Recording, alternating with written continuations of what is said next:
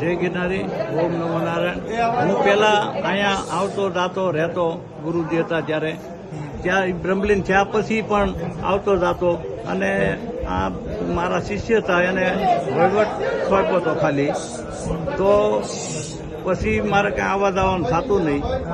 થોડુંક મારી સાથે અભદ્ર વર્તન થયું હતું એટલે મેં ઓછું કરી નાખ્યું, પરંતુ મારું સ્થાન મારું છે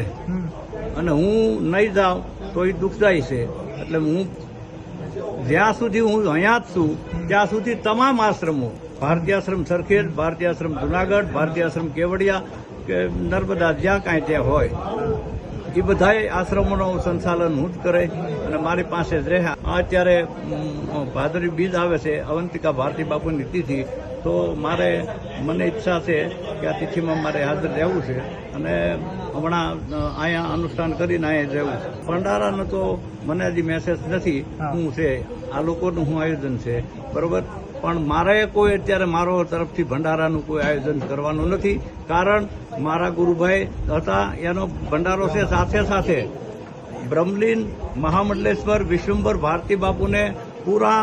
અમદાવાદમાં સંતો સાથે સંપર્ક હતો, તો એક ભંડારો વિશ્વંભર ભારતી બાપુનો પણ અહીંયા કરવો છે।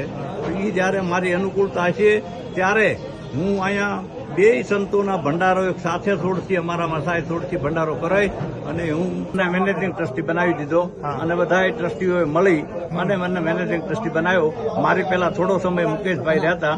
મુકેશભાઈ ભવાની ટ્રેક્ટરવાળા, એને રાજીનામું મૂકી અને મને મેનેજિંગ ટ્રસ્ટી બનાવ્યો। મહંત પણ હું અહીંનો છું અને મેનેજિંગ ટ્રસ્ટી પણ। હવેથી અહીંનો વહીવટ હું જ કરે, અને મેં એક મેનેજર પણ નિયુક્ત કર્યો છે, રામભાઈ ગઢવી, એને મેનેજર તરીકે નિયુક્ત કર્યા છે, સંચાલન ઓફિસ સંભાળશે।